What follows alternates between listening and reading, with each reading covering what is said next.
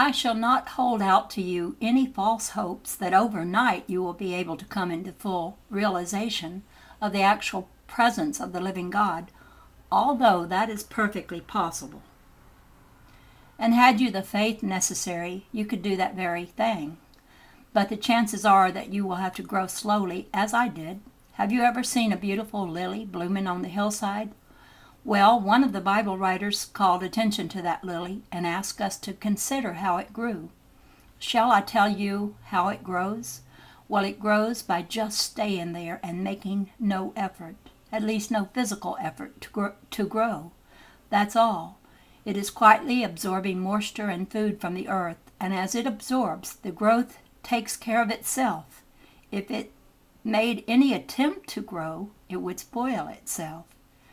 So it will be with you. The truth about the living God will gradually unfold itself to you, and when once it unfolds, you will never lose it. And remember this, and more anxious you are to know the power of this mighty life spirit, the faster will it unfold itself to you. Soon you will come to the place where you will not need me nor anyone else to show you the way. It will unfold itself automatically from the living God himself. Then it will be when you should be perfect master over all your material surroundings, and you will know how to supply your every need, and your progress from then on will be in your own hands.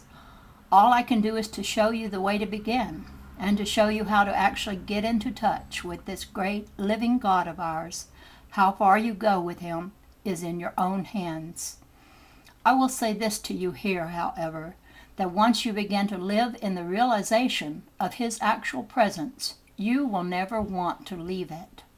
There will be outside dissatisfaction and little petty troubles, etc., but always remember that these things come from the part of you that is in consciousness. They never come from the living God. From him can only come those things which are for your eternal benefit. And all that is necessary when trouble seems to rear its head around you, is to keep perfectly still, smile, and talk to the actual presence of the living God. Never forget that. It will help you. I have spent so much time on this subject that I deem it unwise to go any further here. So I have decided to talk about the carpenter of Galilee over the course of 3 lessons. I suggest that you read and reread these lessons. The written word in itself has no power. It is the truth that the written word conveys. So take these great truths as revealed in this lesson and think upon them. You will realize that throughout this entire course of instruction, I can only just touch the outstanding facts. A book could be written on any of these lessons. But what I want to do is not to confuse you, but just show you the facts of the actual presence of the living God all about you and in you, and leave the arguing and the theosophizing to those who love to do it. Personally, I am not too interested in this actual living presence to argue about it. I know it is there. If you are obeying my instructions, you are now telling this mighty life spirit what it is that you need most in your own life. Until you receive the next lesson, I want you, in your quiet hour, not to talk to this living presence anymore for 1 week. I want you to keep very still, eyes closed, and to listen to what he has to say to you. He doesn't really need you to tell him what you need, but you need the exercises to train you in the actual acceptance from him of the things you need. Remember here that for thousands of years the human race has been filled with one ideal, and that ideal is in effect that man is a guilty, lost, hell-deserving sinner, instead of God's very highest creation. That ideal has so ingrained itself into the entire race that it cannot be thrown overboard overnight. It will take time, so try to be reasonable and do as I ask you to, and I will lead you into a blessed life experience. As we progress, I will show you how to take these very things that you need from the mighty life spirit.